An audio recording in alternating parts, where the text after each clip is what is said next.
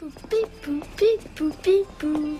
Poupi, poupi, poupi, pou. Poupi, poupi, poupi, pou. Salut à tous, nous sommes le 13 août 2019 et aujourd'hui on va donc découvrir ensemble une petite récolte de courgettes qui n'est pas si petite que ça. Et bien sûr la vidéo que vous attendez tous depuis un certain temps déjà, les bocaux. Donc je vais essayer de voir s'il n'y a pas 2-3 petites recettes qui traînent que je pourrais vous mettre avec, histoire de pouvoir reproduire ce que vous voyez en image. Pour certains d'entre vous qui ont suivi donc le début de la saison jusqu'à maintenant, j'espère que vos récoltes sont similaires aux miennes, voire supérieures. Bien sûr, l'année prochaine, on fera certaines choses différemment, parce qu'on a pu le remarquer, la saison a fait que, et bien sûr, les aléas climatiques, on ne peut pas les contrôler. Il y a eu certains échecs, si on peut appeler ça des échecs. Pour moi, ce ne sont que des essais. Et d'autres choses qui ont très bien fonctionné. Donc là, j'ai un petit souci au potager en ce moment, c'est que toutes mes tomates se sont fait grignoter par un lapin qui vient mettre 2-3 coups dedans par tomate, ici ou là. C'est vraiment dommage parce qu'en fait, il la mange même pas, juste il l'abîme. Et j'ai déjà dû jeter presque 8 kg de tomates, donc ça fout un peu les boules. Je sais pas trop comment faire pour me débarrasser de ce lapin. Je lui ai mis à manger ailleurs, mais il y va pas. Donc à suivre. Je suis assez content de ce début de saison. Vous voyez, je commence à faire de belles récoltes, sachant que j'ai déjà récolté plus de 10 kg de courgettes. La vidéo des bocaux donc m'a pris déjà un bon petit temps, parce que le temps de faire bouillir, de tout mettre en place, etc. Vous allez le découvrir. Comme vous pouvez le voir, les courgettes sont toutes de calibre assez intéressant. Les petites, j'ai pas trop eu le temps de les ramasser au fur et à mesure, surtout en début de saison les petites. Après bon, j'ai pas trop réussi à avoir des petites. Donc vous avez vu la vidéo là récemment pour la très grosse courgette de plus de 5 kg, comment j'ai pu la faire en beignet.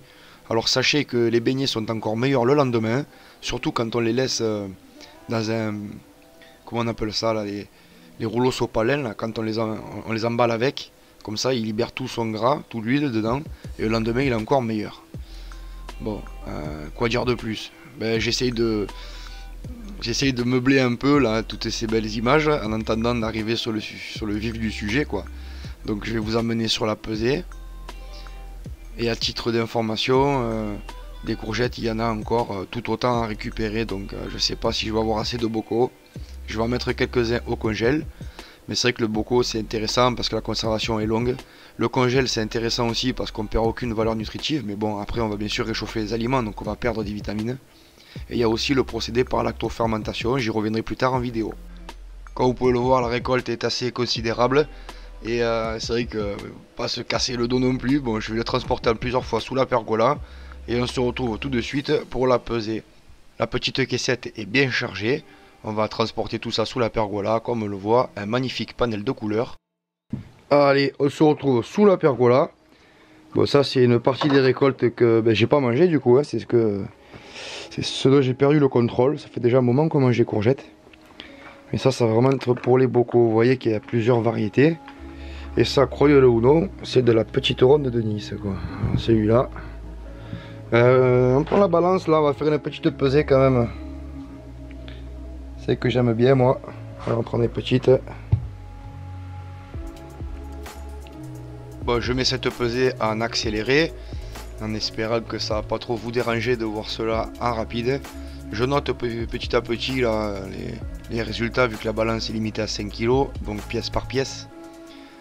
C'est vrai que bon là le temps il est pas mal. En ce moment là il fait un peu humide, un peu frais. Le matin on a tendance à remettre un peu le chandail, un peu le pull même s'il faut. Et du coup ça pleut, le jardin est bien hydraté. J'espère qu'on va avoir quand même une petite passe de soleil, de chaleur pour faire mûrir un peu toutes les tomates que le lapin m'a laissées, hein. Voilà, donc j'essaie de meubler un peu là pour cette pesée. Et je vais revenir en vitesse normale d'ici quelques secondes. Allez, je vous laisse regarder ça vite fait, c'est rapide. Voilà, ça prend fin. J'espère que de votre côté aussi vous tenez un beau petit journal, comme ça on pourra comparer en fonction des superficies ce qu'on a pu faire ou pas. Sachant que moi je tiens une page détaillée avec tous les résultats annuels directement sur Facebook. Bon voilà, la pesée a été faite, là on est pour plus de 35 kg. Sachant que je suis allé voir, j'ai déjà fait 14,9 kg. On est quasiment sur 50 kg de courgettes et il en reste encore un bon paquet là-bas qui vont arriver à maturité. Vous voyez, l'abondance, c'est ça aussi, quoi. C'est être un peu tous les jours au potager et regardez ce qui s'y passe. Et je pense que n'importe qui peut l'avoir. Sachant que si je mesure vraiment la superficie pour laquelle j'ai eu besoin pour cultiver ces légumes, je suis pas sur un gros, hein. Il doit y avoir à peu près une dizaine de pieds là sur lesquels j'ai récolté ça. Je vais préparer maintenant la vidéo bocaux, hein, que vous attendez beaucoup avec impatience. Bonjour tout le monde, on se retrouve aujourd'hui le 11 août 2019 donc pour la préparation des bocaux. Donc là, j'ai mis 3 grosses courgettes, 4 gousses d'ail, un oignon, de l'huile d'olive et de la menthe. La menthe vous la rajoutez à la fin quand la courgette, là je viens de la rajouter juste à l'instant. Là je fais bouillir mes joints pour les bocaux. La mixture je vais la passer au plongeoir pour faire un gazpacho de courgettes à la menthe qu'on peut déguster froid. Donc là on se retrouve pour l'étape de la mise en place du joint. Le joint qui a été stérilisé dans une casserole à ébullition pendant un quart d'heure. Vous remarquerez qu'il y a une petite gorge sur le dessus du bocal, la partie amovible. Donc on vient clipser ce joint, il n'y a pas forcément de sens, juste à maintenir la petite languette sur le côté pour pas que ça vienne gêner à l'ouverture. On remplit les bocaux de la mixture, on laisse à peu près 2 cm sur le haut pour qu'il y ait de quoi jouer avec la condensation et la mise sous vide. On est en train de faire bouillir de l'eau donc pour venir mettre les bocaux pendant combien de temps? 1 heure. Pendant 1 heure. Il faut aussi signaler que les bocaux ont été nettoyés et stérilisés, les mains entièrement nettoyées. Une fois que ces bocaux seront remplis, on les clip, on les ferme, voilà. On les met à bouillir dans la casserole. Et une fois que c'est terminé, on va venir déclipser là. Et il faut que ça soit fermé hermétiquement. Il ne faut pas qu'il puisse s'ouvrir sous pression. Voilà. Normalement, on n'arrive pas à l'ouvrir à la main facilement. Et c'est là qu'on sait si ça a pris ou pas. Donc là, tu nous fais 3 bocaux pour essayer le procédé, de façon à ce qu'on puisse au moins le lancer. Parce que dans l'autre casserole dehors, il y a 30 litres qui rentrent avec 8 ou 10 bocaux. Et là, on n'a pas trop le temps de faire tout ça. Il faut dire aussi que le procédé par réchauffement va forcément retirer des vitamines, c'est certain. Alors que la congélation, elle va en préserver quand même beaucoup plus. Le souci étant, c'est que si demain il n'y a pas d'électricité, tout ce qui est au congèle, vous avez compris, il faut le consommer immédiatement.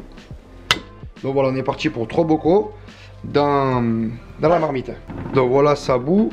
J'ai pu remarquer en ouvrant la coupelle que donc l'air se dilatait et sortait des pots par les joints, ça fait plein de petites bulles. Bon là je peux pas ouvrir cette coupelle parce que sinon il y a tout qui va déborder. Vous voyez, c'est un peu délicat parce qu'on est déjà au niveau le plus haut. Donc on va laisser bouillir encore un bon petit moment et puis on fera le test après pour voir si c'est bien sous vide. Donc il me faut venir nettoyer au fur et à mesure que ça déborde là. C'est pas pratique là cette casserole là, ça fait tout. Donc voilà, la phase d'ébullition est terminée. Et maintenant on laisse reposer ça tranquillement. Ouf, plein de vapeur. Et on se retrouve tout à l'heure pour le fameux test. Voir un peu comment se comportent les bocaux. Si c'est bon ou pas. Bien voilà, on a laissé donc refroidir le petit mélange. Et là maintenant on commence à sortir les bocaux. Donc on va voir ce que ça donne. Voilà, on a laissé l'ébullition pendant un peu plus d'1 heure, 1 heure et quart, mais voire presque 1 heure et demie. Donc maintenant ce qu'il faut faire, voilà, c'est ça.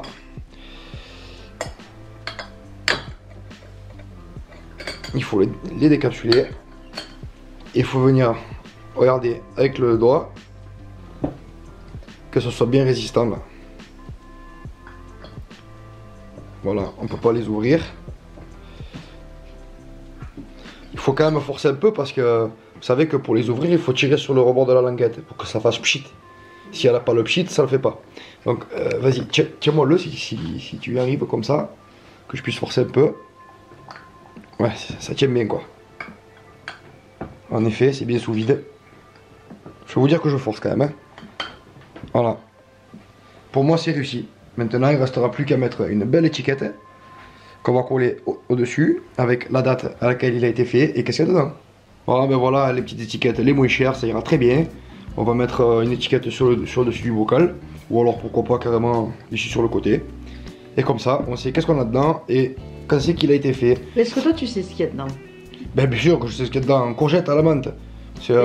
Un gazpacho. Voilà, c'est un gazpacho qu'on a goûté, c'est pas dégueu, c'est pas mal bon même.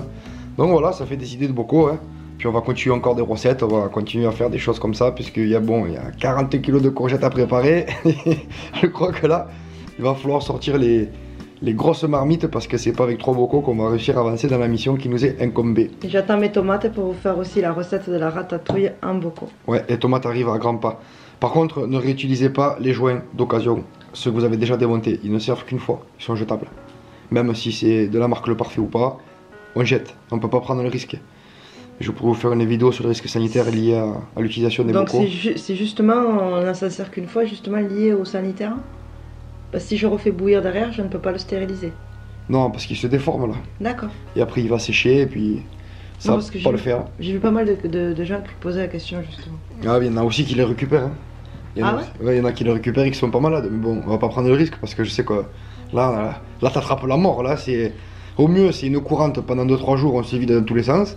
Et puis au pire, ça finit à l'hôpital avec un beau petit truc botulique. Là, c'est pas mal, hein, avec l'acide botulique qui peut y avoir dedans. Sachant que bon, les joints, les 10 joints, je crois que c'était 1,56 €. Ouais, ça vaut rien du tout. Pareil, les bocaux, moi je les ai achetés sur le bon coin, j'ai payé 30 centimes le bocal. C'est vraiment pas quelque chose qui est très excessif. Le stérilisateur en neuf, il vaut 39 €, je l'ai vu au magasin. Ouais. Voilà, bon, moi j'en ai trouvé sur le bon coin 15 €. Et puis voilà quoi, ça va bien. Après, c'est vrai que ça consomme un peu de gaz parce qu'il faut faire bouillir pendant longtemps. Donc c'est pour ça qu'il faut éviter de faire une marmite pour 3 bocaux, c'est pas tip top.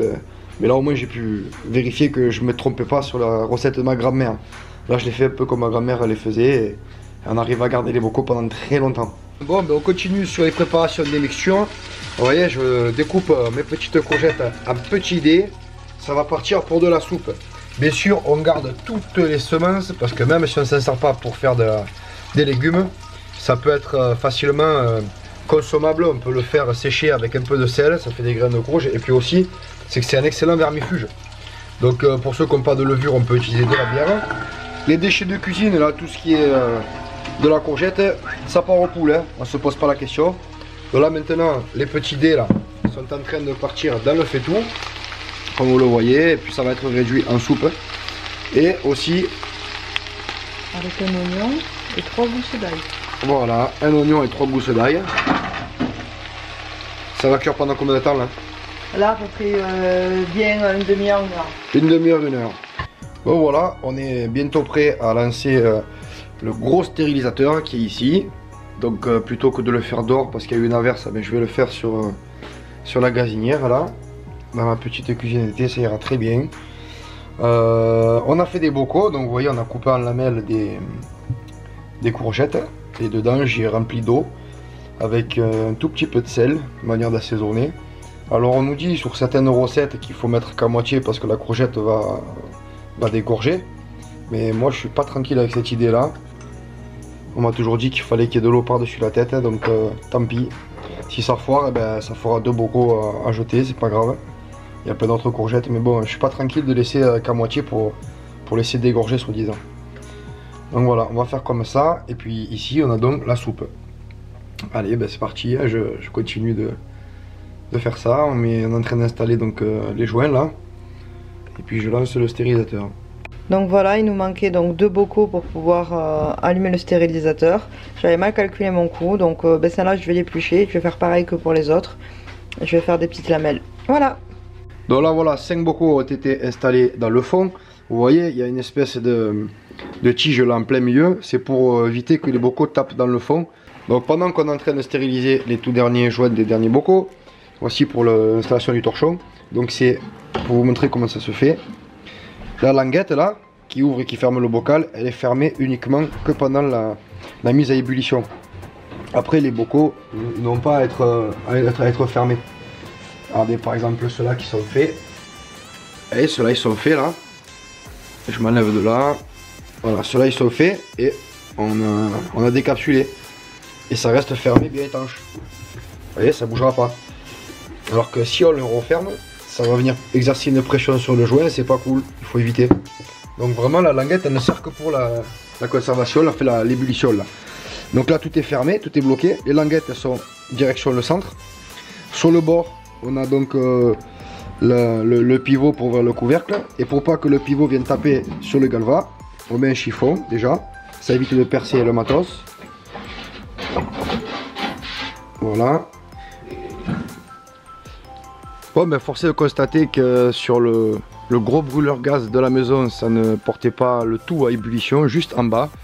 J'ai entamé donc les grands moyens en sortant le tout sur le réchaud à paella. Donc on va voir qu'est-ce que ça donne. Je pense que ça va aller parce que là il y a un débit quand même largement supérieur.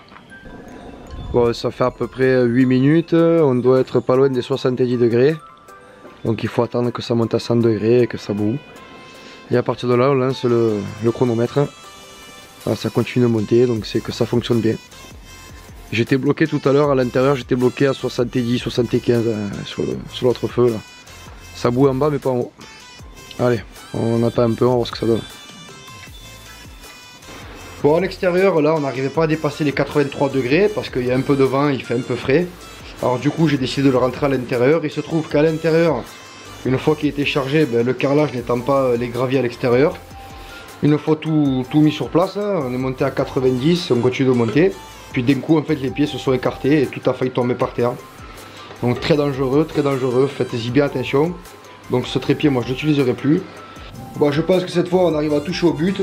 J'ai fait bouillir deux bassines là, des fétous que j'ai versé dedans. Et ensuite, à la reprise du feu, j'ai réussi à obtenir une ébullition. Le problème, c'est que mon thermomètre est tombé en panne. Donc j'avais 106 degrés tout à l'heure, donc c'était impeccable. Pour 1 heure. Bon, ben là, c'est la pâte aux joie, puisque ça se vide par terre.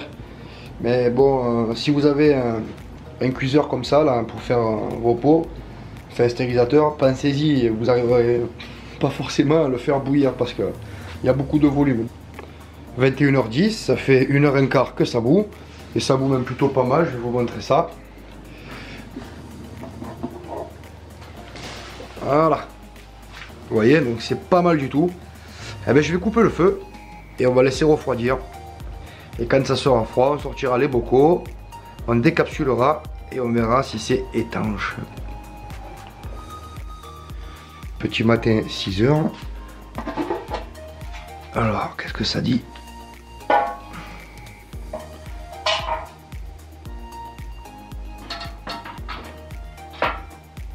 On va en sortir quelques-uns quand même.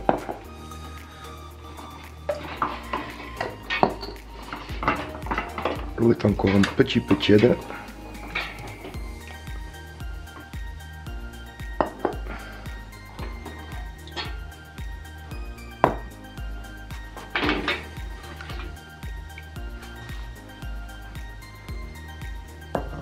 Ça manque un peu de lumière. Alors on va devoir tous les enlever. Comme ça.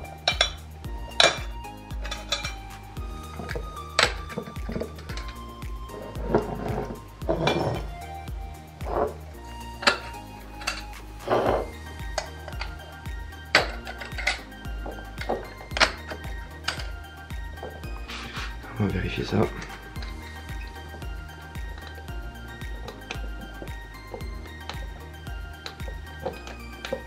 C'est solide, pas l'ouvrir.